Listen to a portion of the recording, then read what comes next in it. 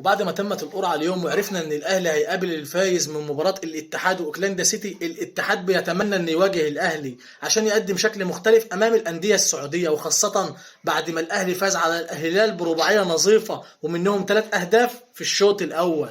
استحملوني بقى لان الكلام كتير وانا كاتباه. ساعتها اتعمل هاشتاج نبي الستر، وهتفضل هزيمه تاريخيه حتى لو البعض بيحاول لحد اللحظه يصنع مبررات بان فريقه ما كانش قوي، مع ان ساعتها القيمه السوقيه للهلال كانت 3 اضعاف الاهلي، او التبرير بمنطق اصل كان مطرود من الهلال 2.